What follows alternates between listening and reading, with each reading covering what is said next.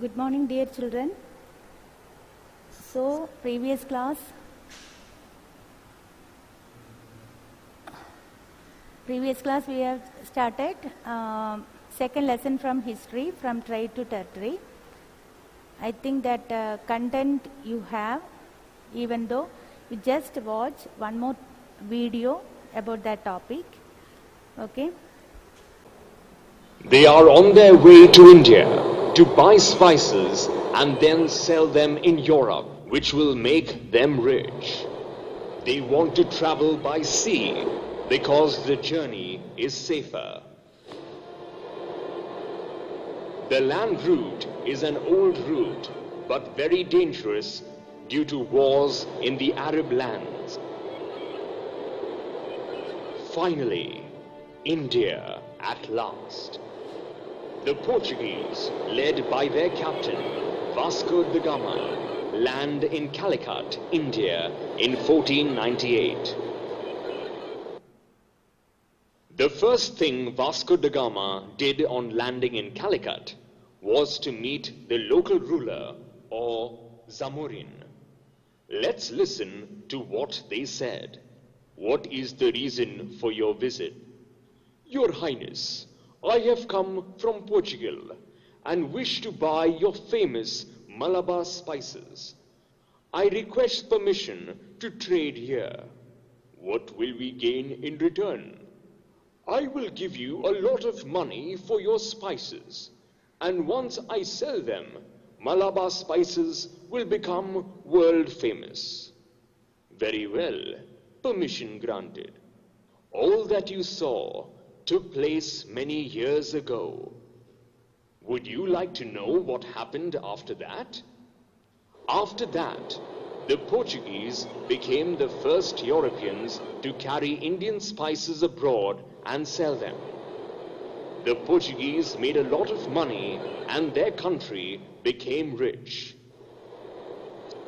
Soon, other Europeans like the Dutch in Holland, Danes in Denmark, and the French in France heard of this, and they too landed in India to trade in spices. Meanwhile, in England, some traders formed a company called the East India Company. In 1600, their queen gave them the Charter of Trade to trade with India and Asia. After getting the charter to trade, ships of the East India Company landed in India to trade in spices, cotton, and sugar. When the East India Company first came to India, the ruler was Jahangir, the Mughal emperor. Soon the British asked him for permission to start trading. The emperor allowed the British to set up a factory in Surat.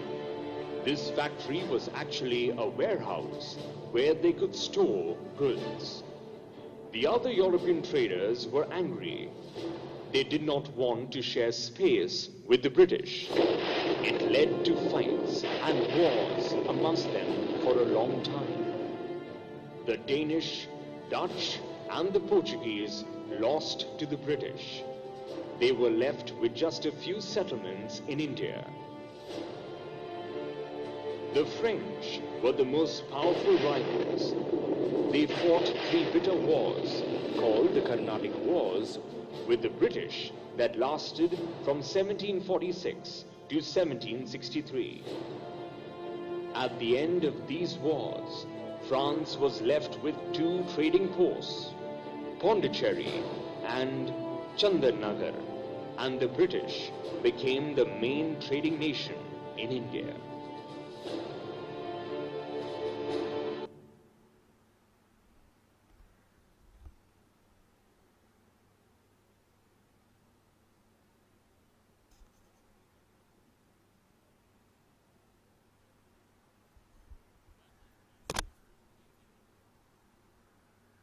Siraj-ud-Dawla, who is the Nawab of Bengal.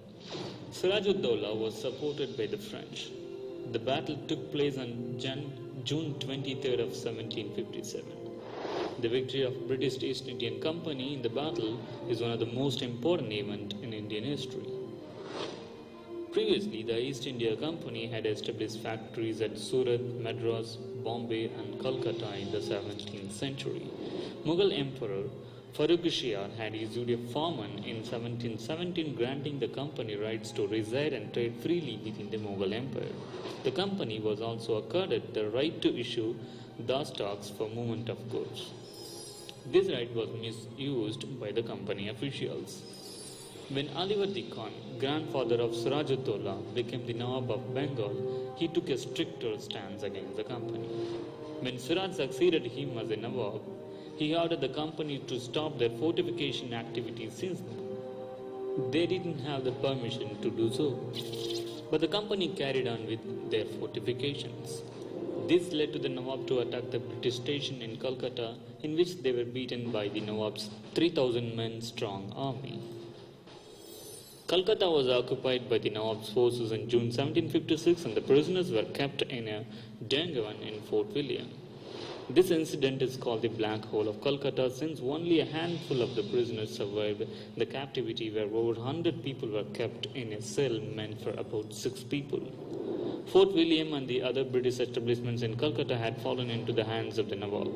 When news of this reached Madras in August, they sent troops under Colonel Robert Clive to win back the Bengal establishment of the British. On the bank of river Bhagirathi, in the mango groves of a place named Plassey, the opposite forces met each other. The date was the 23rd June in 1757.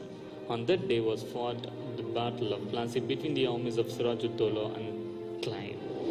There could be no comparison between the respective forces of the enemies because the Nawab's army contained 50,000 infantry and 28,000 cavalry, but Clive's army consisted of only 3,000 men, including English soldiers and Indian sepoys. From the beginning of the battle, both Mir Jafar and Rai Durlal stood silently and with their vast forces without coming forward to fight. The two persons who fought desperately on behalf of the Nawab were the Hindu general Mohan Lal and the Muslim general Mir Madan. When Mir Madan fell dead on the field, the Nawab lost courage. But Mohan Lal continued to fight with heroic determination. For hours the course the war remained undecided and uncertain. Suddenly then, Mir Jafar advised the Nawab to send order to Mohan Lal to stop fighting. The dumbfounded Nawab sent that order to the fighting general, but Mohan Lal considered it a wrong order and continued to fight. Again and again, the Nawab sent order to Mohan Lal to come back in order to satisfy Mir Jafar. Unable to disobey his superiors, Mohan Lal at length returned to Siraj. That was exactly what Mir Jafar wanted. When the fighting soldiers saw their leader withdrawing from the front, they lost heart and fled in all directions. In a moment's time, the course of the battle turned for the worst. The Nawab realized his mistake. He could also know what Mir Jafar was. Amid terrible attack from Clive's side, and with his army in panic, Siraj-ud-Dowla fled from the field for life. With that ended the Battle of Plassey. With that, too, was decided the fate of Bengal and of India. In the mango groves of Plassey was laid the foundation of the British Empire in India. The Battle of Plassey opened a new chapter in the annals of India. The British Age in Indian history began. The effects of the battle are, Mir Jafar became the Nawab of Bengal, but he was the puppet of the British. Siraj-ud-Dowla was captured and killed. Robert Clive also captured the French forts in Bengal. The British became the paramount power in Bengal. They successfully ousted the French and resisted the Dutch. The French were contained to Pondicherry in India. Colonel Clive became Lord Clive. Next we are going to look at the Battle of Buxar. The Battle of Buxar was fought between the British Army and the combined forces of Mughal Emperor Shah Alam II, Mir Qasim and Shuja-ud-Dowla. The British East Indian Company had defeated the combined forces in the battle.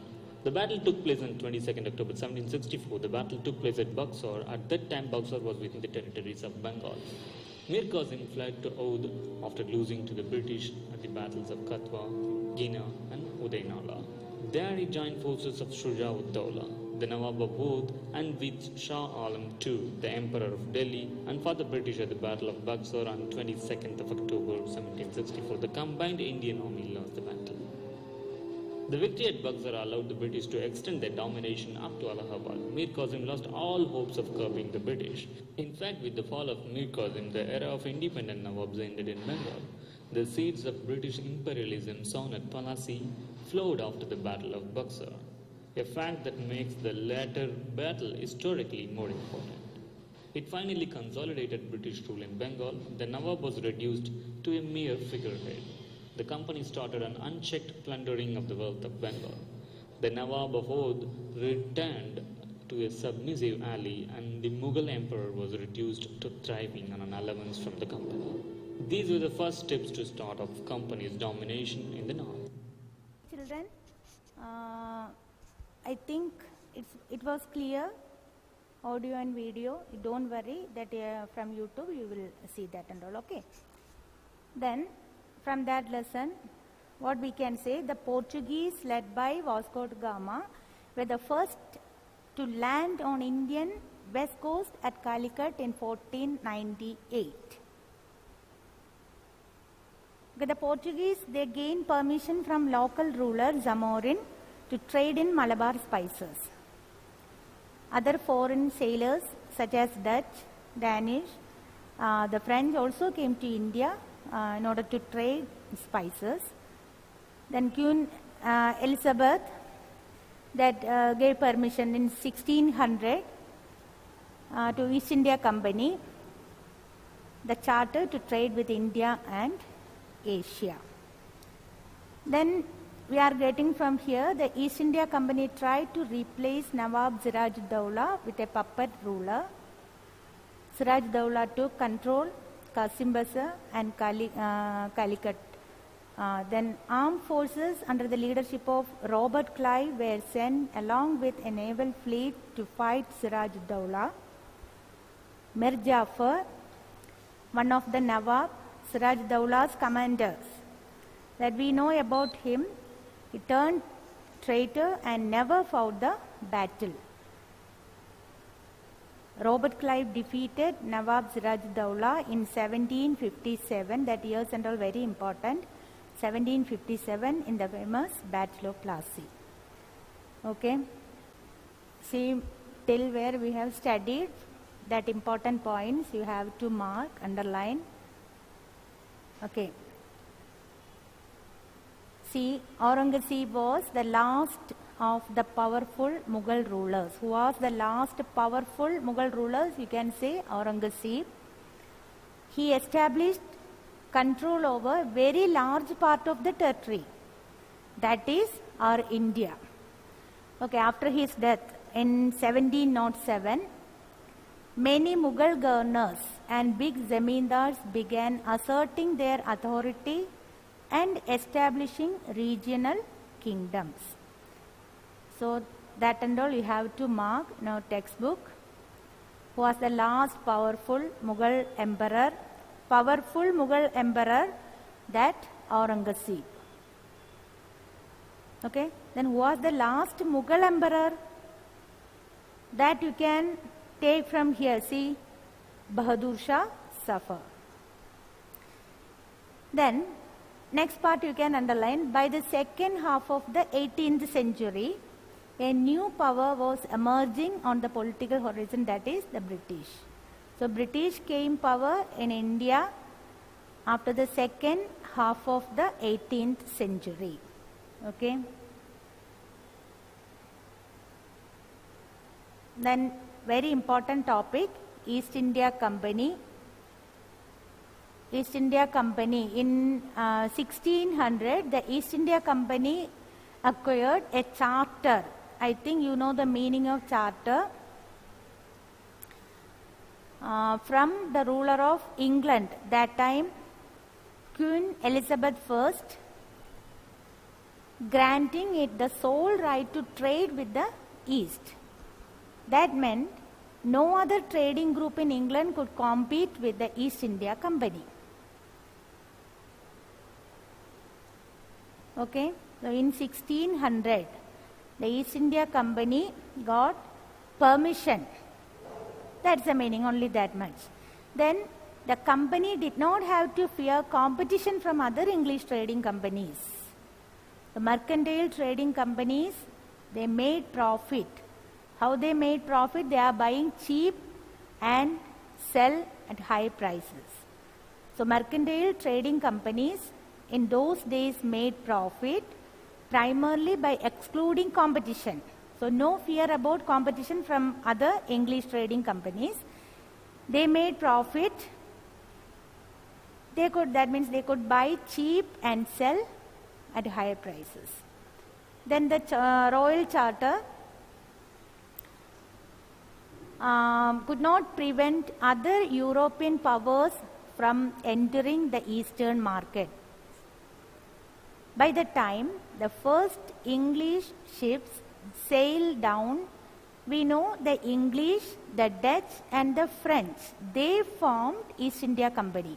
So by the time the first English ships sailed down the west coast of Africa, round the Cape of Good Hope and crossed Indian Ocean, the Portuguese had already established their presence in the western coast of India and had their base in Goa. In fact, it was Vasco da Gama, Portuguese explorer, who had discovered the sea route to India. That year is important, in 1498. By the early 17th century, the Dutch too were exploring the possibilities of trade in the Indian Ocean. Then soon the French traders arrived on the scene. Who and all formed East India Company? We can say the English, the Dutch and the French. Then the fine qualities of cotton and silk produced in India had a big market in Europe. What and all the things? Okay? What and all the Indian things were great demand in Europe? That we can take this one. Pepper, cloves, cardamom and cinnamon. They were in great demand.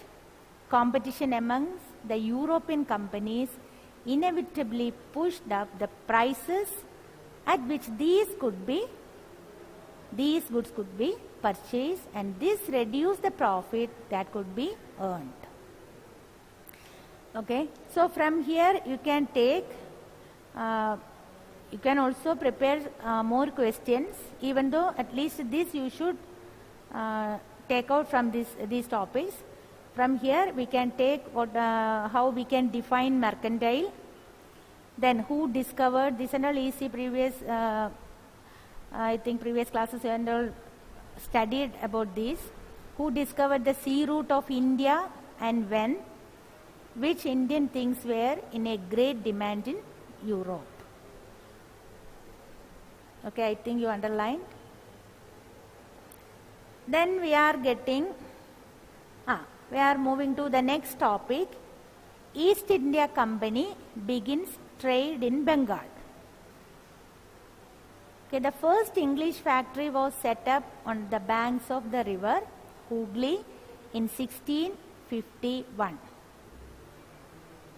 The first trade, the banks of the river Hooghly, in which year? 1651.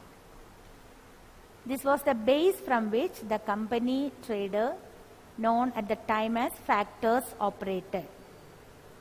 The factory had a warehouse where goods for export were stored, storehouse like that and all. And it had offices where company officials sat.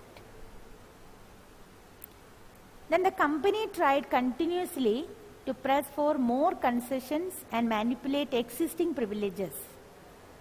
Aurangzeb's farman had granted only the company the right to trade duty free, but the officials of the company who were carrying on private trade on the side were expected to pay duty. This they refused to pay. Okay, that causes an enormous loss of revenue for Bengal. The most important revenue they got from this tax, but they and all refused to pay the taxes. Okay, the first English East India, the first factory was set up on the banks of the river Hooghly in 1651. It's very important. In which year? 16. So what are all the dates we got? 1600, 1498, I think only two, right? Then 1707. 1707, what is the importance of the year? Like this you can prepare questions. I can give homework like that and all. You just prepare 1 mark questions.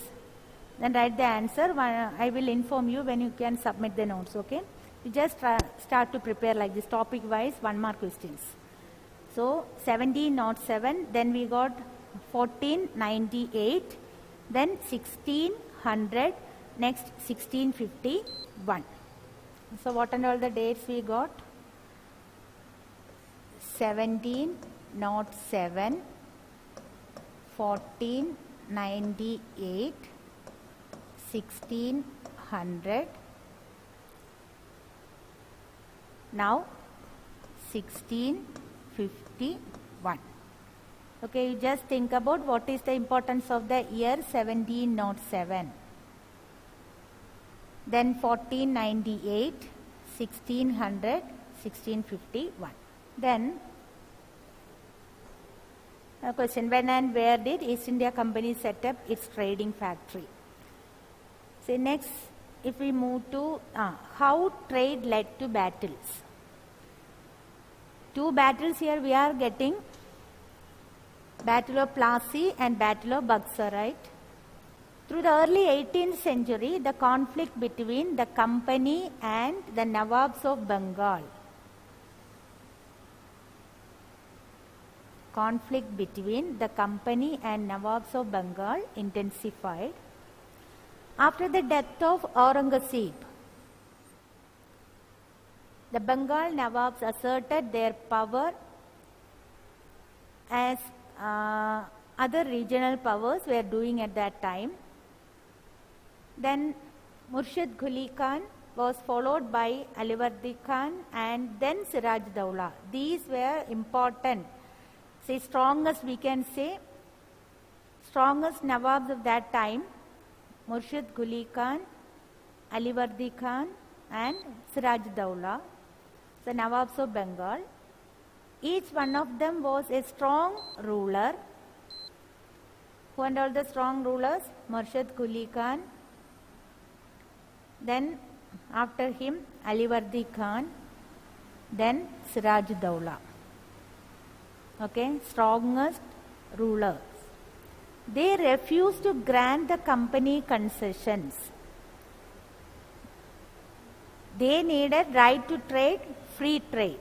Right to that free trade they avoid. They refused to give that concessions. Demanded large tributes for the company's right to trade. Denied any right to mint coins and stopped it from extending its fortifications. Accusing the company of deceit, they claimed that the company was depriving the Bengal government of huge amount of revenue and undermining the authority of the Nawab. It was refusing to pay taxes, writing disrespectful letters and trying to humiliate the Nawab and his officials. See what and all they did. See from this paragraph you are getting.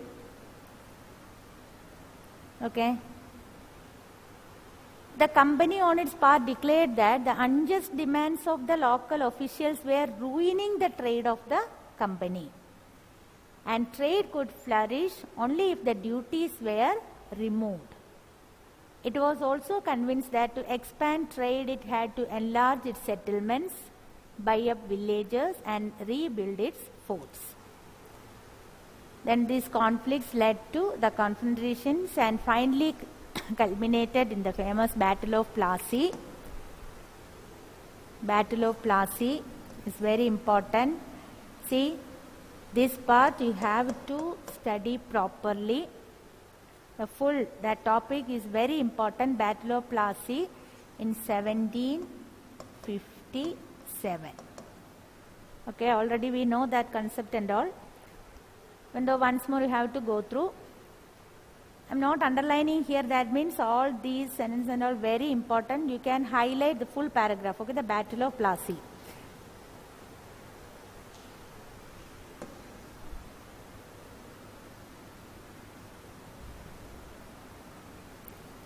See,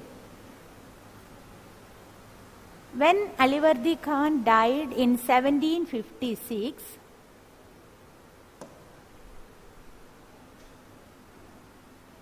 the next Nawab, Siraj-ud-Dawla, became the Nawab of Bengal. The company was worried about his power and keen. They need a puppet ruler, right? That we know, puppet ruler, then who would willingly give trade concessions. They are ready, he is ready to. If puppet ruler is there, then is ready to grant all the rights, whatever they need. So keen on a puppet ruler who would willingly give trade concessions and other privileges. So it tried through without success to help one of the Siraj-ud-Dawla's rivals become the Nawab. Then what happened? An infuriated Siraj-ud-Dawla asked the company to stop meddling in the political affairs of his domination, then stop fortification and pay the revenues. So Siraj-ud-Dawla furiously asked the company, first one, to stop meddling in the political affairs of his domination. Second one, to stop fortification. Then third one, pay the revenues. After negotiations failed, the Nawab marched with 30,000 soldiers to the English factory, Qasim Bazar, and captured the company officials. You can write about Battle of Plassey, you can take these points and all. Suppose question, write a short note on Battle of Plassey. You can make a story like this, okay? Then captured the company officials, locked warehouse, disarmed all Englishmen and blockaded English ships. Then he marched to Calcutta to establish control over the company's fort here. So time is, I am going to wind up. Tomorrow from here we can start.